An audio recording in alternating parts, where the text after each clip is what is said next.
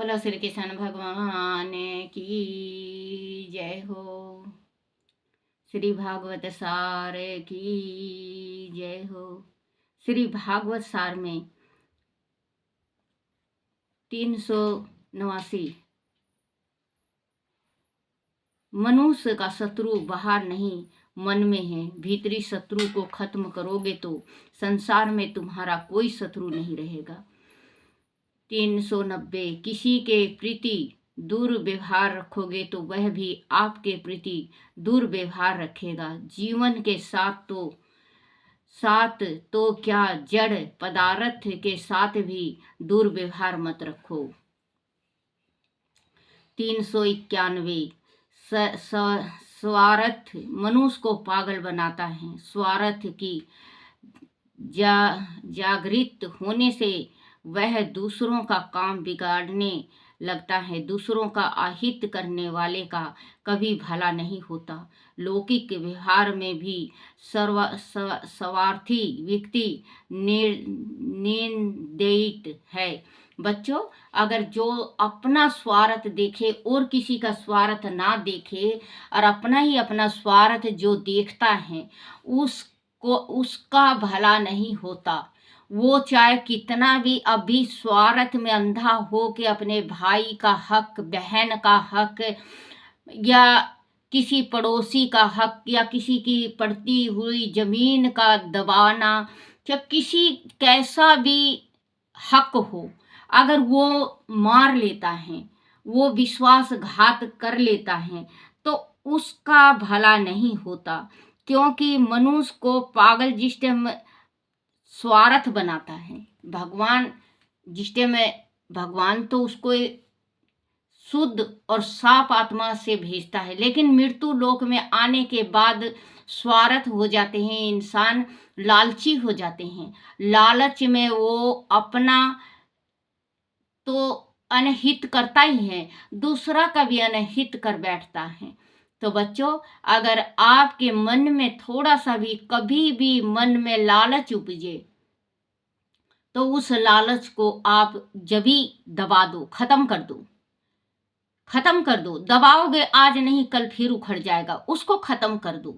बच्चों, अगर आप जैसे कि कहते हैं, बड़े बुजुर्ग कहा करते पहले कि किसी बुढ़िया ने अपने देवते को एक ये लिखते हैं क्या, पेन से ही चोटा बना दिया। इतना बड़ा चोटा हो गया वो कि वो राजा तक को नहीं छोड़ा था चोरी करने के वास्ते। वहां भी चला गया था, पकड़ा गया। राजा ने सूली पे चढ़ाने के वास्ते कहा तो उन्हें कहा, बोले पहला और लास्ट ख्वाहिश बता। बोले मेरी एक ख्वाहिश है, मेरी नानी को बुलाया जाए। नानी गई, नानी ने बोले नानी के मैं सबके सामने नहीं, मैं अपनी नानी के कान में कहूँगा। नानी जैसे ही कान बढ़ाई वैसे ही नानी का कान काट लिया। राजा जी पूछे, बोले तुमने कान क्यों काटा? बोले हजूर, अगर मैं बालपन में पेंसिल लाया था चोरी करके, अगर मेरी नानी 2 रेपटा मार के और मुझे ज्ञान देती तो आज मैं इतना बड़ा चोरटा नहीं होता। तो बच्चों, कहते हैं बच्चे को शुरू से ज्ञान दो। बच्चे को ज्ञान दोगे तो ज्ञान उपजेगा और बच्चा गलत नहीं चलेगा।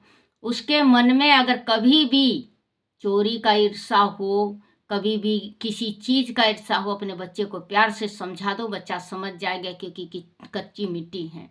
कहते हैं पराया सोना मिट्टी समान, पराया सोना मिट्टी समान। हमेशा गांठ बना के रखना बच्चों। पराया जो चीज होता है वो हमारे वास्ते मिट्टी के समान होता है, और जो हमारा मिट्टी है वो सोने के समान होता है, क्योंकि हमारा है। हम शान से जी सकते हैं और शान से रह सकते हैं। दूसरे की चोरी करने से अच्छा तो आप अपने घर में भूखे बैठे रहो। चोरी कभी नहीं करना चाहिए। सब कुछ इंसान को मिल जाता है, जो चोरी का कलंक है वो नहीं धुलता। चोरी का कलंक, क्योंकि अगर आप चोरी कर लोगे, कहते हैं ना चोरी से चला जाता, हेरा फेरी से नहीं जाता। मान लो बच्चों, आज छोटा सा चीज आपने चोरी कर लिया, आपने रख लिया, कोई बात नहीं, कितना दिन खाओगे और कितना दिन पहनोगे और कितना दिन सुख पाओगे, उस चीज से एक चीज सोचो, जो चीज हमें मांगने से मिल जाती है तो चोरी करना नहीं चाहिए। मांग लो, अगर आपके अपने हो तो मांग लो, देता है ठीक है, नहीं देता है तो परमात्मा के भरोसे रहो, परमात्मा एक ना एक दिन जरूर देगा, क्योंकि इंसान नहीं सुनता है, परमात्मा जरूर सुनता है। तो बच्चों, कभी भी अगर मन में आपके उपजे कि स्वार्थ का भावना, कि मैं इसका ये बिगाड़ दूं, मैं उसका वो बिगाड़ दूं, ये इसका ये हो रहा है, मेरा नहीं हो रहा है, वो हो रहा है, ये गलत भावना आप जब ही खत्म कर दो, नहीं तो आपको बहुत बड़ा इसका खमियाजा भरना पड़ेगा। किसी के प्रति दुर्व्यवहार रखोगे तो वह भी आपके प्रति दुर्व्यवहार रखेगा। जीव के साथ तो क्या, जड़ पदार्थ के साथ भी दुर्व्यवहार मत रखो। स्वार्थ मनुष्य को पागल बनाता है। स्वार्थ की जागृत होने से वह दूसरों का काम बिगाड़ने लगता है, दूसरों का अहित करने लग वाले का कभी भला नहीं होता। लौकिक व्यवहार में भी स्वार्थी व्यक्ति निंदित है। 392, जिसे कहने से लज्जा आए उसे मन से भी मत सोचो। जिसे कहने से लज्जा आए उसको आप मन से भी ना सोचो, मन से भी नहीं सोचना चाहिए उस चीज को जो हमें शर्म आता है, जो चीज कह नहीं सकते हम, उस चीज को नहीं सोचना चाहिए। जिस 393 मनुष्य पाप को मन में छिपाए रखता है, इससे उसका जीवन खराब होता है। पाप को कहने से पाप छीन होता है। अगर पाप गलती से हो गया है आपसे, आप भगवान का अरदास लगाना स्टार्ट कर दो, परमात्मा का सेवा सत्कार करना स्टार्ट कर दो, गौ का सेवा, ब्राह्मण का सेवा करना स्टार्ट कर दो। मंदिर में जाओ, आप रोज नित्य नेम मंदिर में जाओ और मंदिर की सफाई करो और शिव जी से लिपट के कहो, हे मेरे नाथ, हे मेरे भगवान, मेरे से ये अपराध हो गई है, मुझे क्षमा करें। परमात्मा सारा नहीं, पाप सारा नहीं धोएगा तो आधा जरूर धुलेगा, क्योंकि पाप परमात्मा को सुना रहे हो आप, जो पाप किए हो वो परमात्मा को सुना रहे हो, परमात्मा उसका जरूर से जरूर सुनवाई करेगा। और आप ये नहीं कि परमात्मा ने आज आपका एक पाप धो दिया और आपने परमात्मा से अरदास कर दिया और कल दूसरा पाप करके परमात्मा के पास फिर घंटी बजाने चले गए आप। तो ये सोचो कि आपका पाप जो पहले किया है, जो अब कर रहे हो, दोनों पाप खड़ा हो जाएगा। एक पाप परमात्मा, देखो श्री कृष्ण भगवान ने कौन से उससे कहा था कि मैं तेरी 100 गलतियां माफ करूंगा, 100 गलती से एक ऊपर होगा तेरी गर्दन जब भी उतार दूंगा। पशु क्या नाम तो था उसका, अभी याद नहीं, मैं कभी याद आएगा जरूर बताऊंगी नाम। तो उन्हें गलती पे गलती, गलती पे गलती, गाली देते गए, कृष्ण मुस्कुराते गए, वो गाली देते गए, कृष्ण मुस्कुराते गए। जिस टाइम 100 गलती हो गया, उन्होंने, कृष्ण भगवान ने कहा बस 100वां गलती है तेरी, बोले तू क्या कर लेगा रे दही बेचने वाला, तू क्या कर लेगा मेरा, तू तो ग्वाल है, तू हमारी बराबरी करेगा। हम छत्री शिशुपाल थे, देखिए शिशुपाल थे शायद, इतना ध्यान नहीं है बच्चों। उनने कहा बोले कि तू अब भी रुक जा, बोले तेरे जैसे बहुत देखा है, तू निर्दयी है, ये है वो है। भगवान ने जब इस सुदर्शन चक्र लिया, कृष्ण भगवान ने धड़ाक देसी गर्दन कट गई उसकी। तो परमात्मा पाप का भी अंत उसी का करते हैं जो गलती कर दे और परमात्मा से क्षमा मांगे और परमात्मा का सेवा और उसकी भक्ति में रम जाए, परमात्मा उसके पाप को क्षमा कर देंगे। एक पाप को बच्चों वो तो उस टाइम का जमाना सतयुग था, अब कलयुग है। एक पाप क्षमा हो जाएगा, 10 पाप क्षमा नहीं होगा। ये नहीं कि आज आपने पाप का पूजा पाठ करके अपने वो कर लिया, कल दूसरा कर लिया, फिर भगवान के पास आप तो फिर कटोरा लेके फिरो।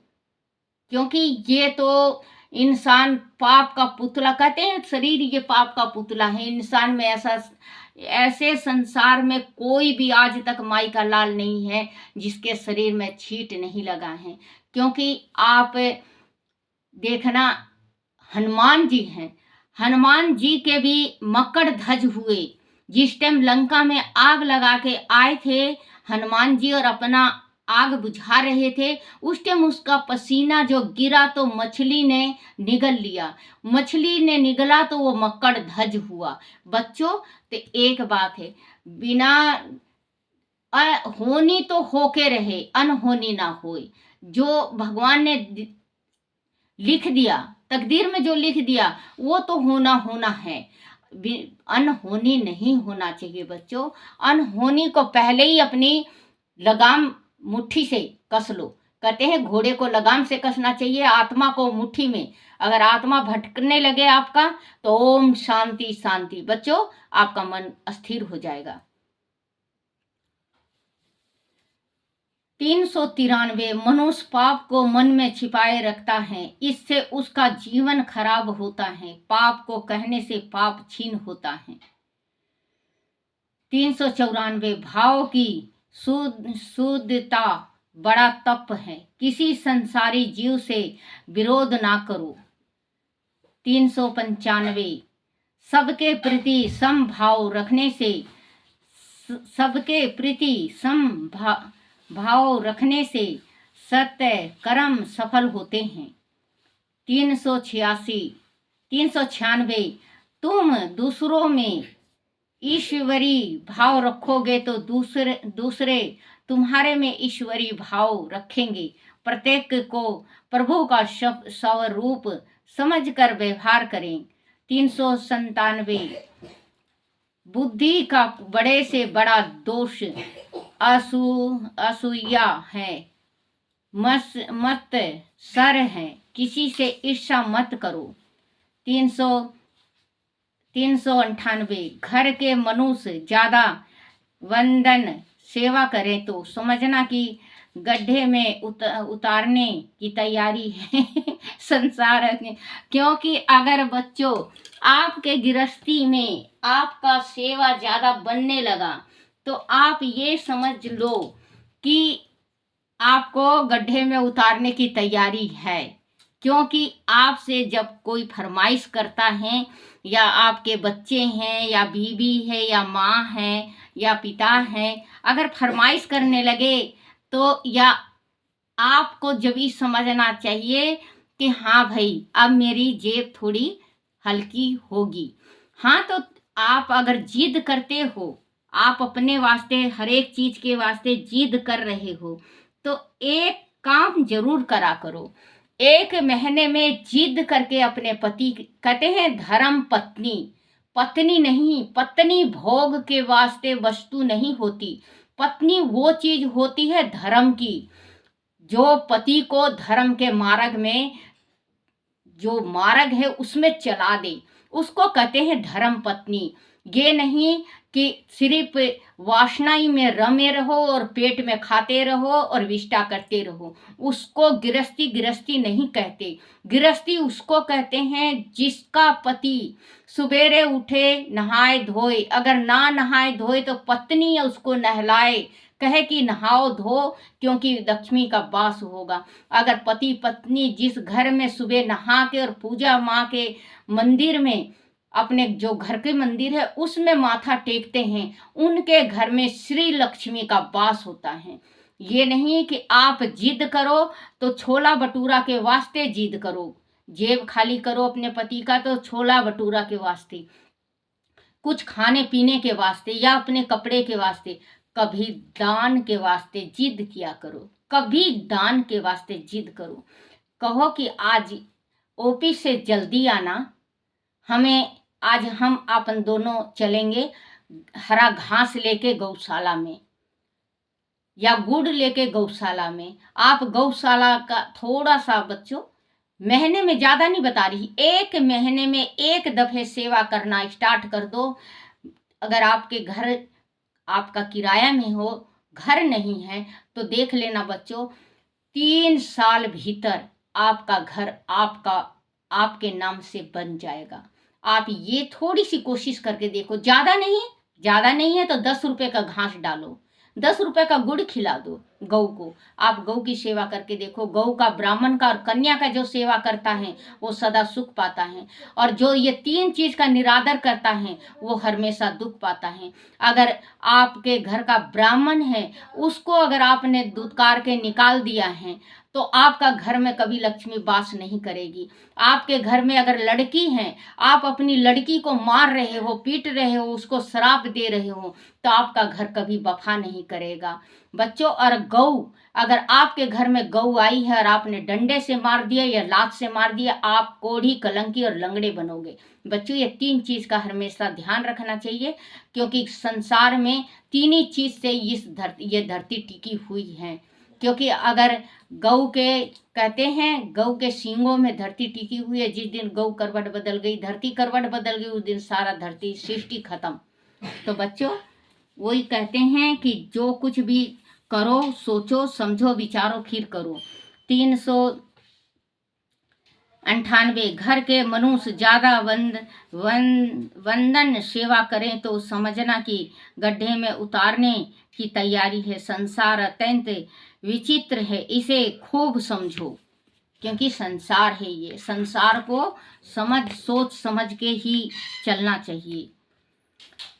399 श्रद्धा ढूंढ होनी चाहिए, ढूंढ श्रद्धा की सफलता होती है।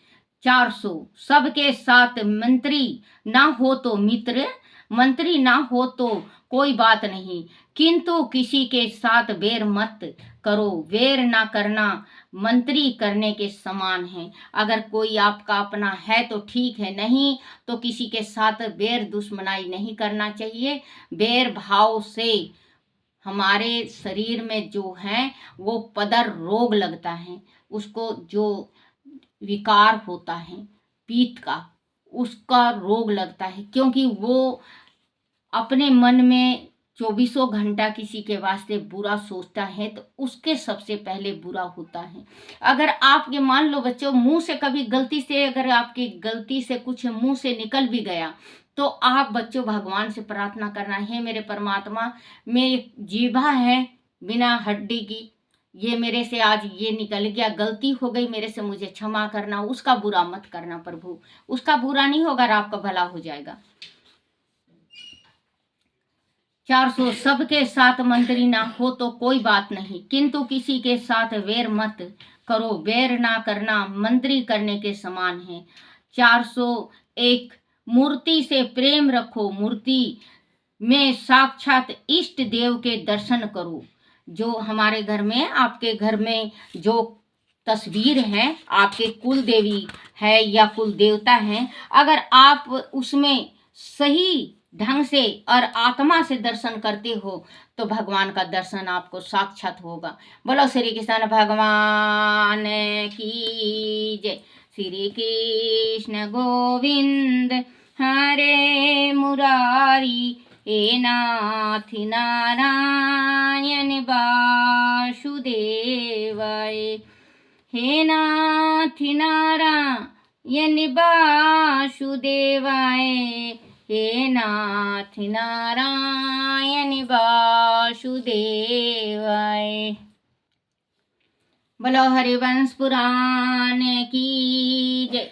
हरिवंश पुराण में विष्णु द्वारा इंद्र को बंदी बनाने वाले मधु का वध है गिरवा अवतार। जन्मजय द्वारा आग्रह करने पर तब बेशाम जी ने नारायण जी विष्णु के कुछ और चरित्र का वर्णन करते हुए कहा, एक बार मधु नामक अत्यंत शक्तिशाली दैत्य ने इंद्र के ऐश्वर्य को प्राप्त करने की इच्छा से उसे पराजित करके पाशों से बांधकर पर्वत में छिपा दिया। तब प्रहलाद द्वारा विष्णु का गुण गान सुनकर वह बुद्धि विष्णु को ललकारता हुआ युद्ध के लिए आमंत्रित करने लगा। अन्य दानव भी मधु को अपने नेता मानकर उसके पीछे हो लिए। तब गंधर्व तथा किन्नर आदि देवताओं के पक्ष में एकत्रित होने लगे। विष्णु भगवान भी वहां आ गए। विष्णु को देखकर मधु ने उनकी गर्दन पर मुष्टि प्रहार किया। उससे विष्णु विचलित हुए बिना ही खड़े रहे। तब विष्णु ने मधु की छाती पर मुष्टि प्रहार किया, जिससे मधु घुटनों के बल भूमि पर गिरकर मुंह से रक्त उगलने लगा। तब झपट कर खड़ा होता हुआ वह महाबली विष्णु से बाही युद्ध करने लगा। उस भयंकर युद्ध को देखकर ऋषि सिद्ध आदि विभिन्न स्तोत्र द्वारा विष्णु को मधु के वध के लिए उत्सित करने लगे। उन्होंने कहा, एक रूप होते हुए भी अपने अनेक रूप हैं, सृष्टि करता तथा लय करता है, सर्वशक्तिमान परमेश्वर हैं। आप ही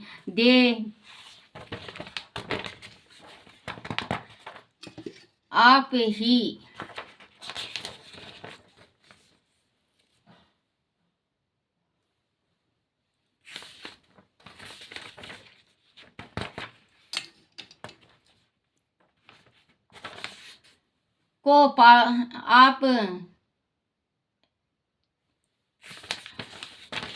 ही आदि को पालते हैं। आप यज्ञकर्ताओं की पुष्टि को बढ़ाते हैं। आप ही काल स्वरूप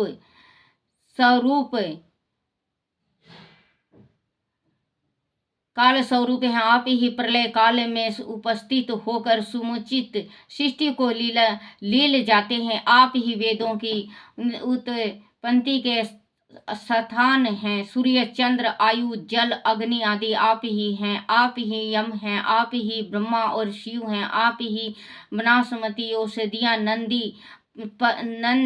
नंदी पर्वतों, सागरों, आकाश, भूमि, नक्षत्र तथा सब चराचर जगत को उत्पन्न करने वाले हैं। आपके समान केवल आप ही हैं, कोई अन्य नहीं है। इस प्रकार प्रसन्नचित्त होकर भगवान विष्णु ने हाय गिरव नाम का विशाल रूप धारण किया और मधु दैत्य का वहीं पर वध कर डाला। तब देवराज इंद्र को स्वतंत्र किया और मधु तथा उनके साथी केटव आदि दैत्यों से प्रजा की रक्षा की। यह नारायण का आय गिरवा वह अश्वशील अवतार कहा जाता है। अवतार धारण कर सज्जनों की रक्षा वह दुष्टों का नाश भी भगवान विष्णु का एक प्रमुख कार्य है। बोलो श्री कृष्ण भगवान की जय हो।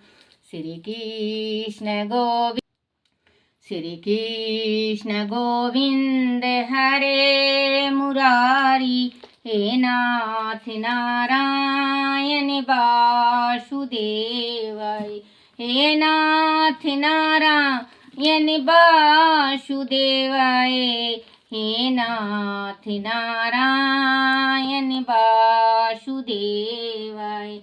श्री कृष्ण गोविंद हरे मुरारी, हे नाथ नारायण वासुदेवाय। बोलो श्री कृष्ण भगवान की जय हो। जय हो द्वारकाधीश की जय हो। जय हो द्वारकाधीश की जय हो।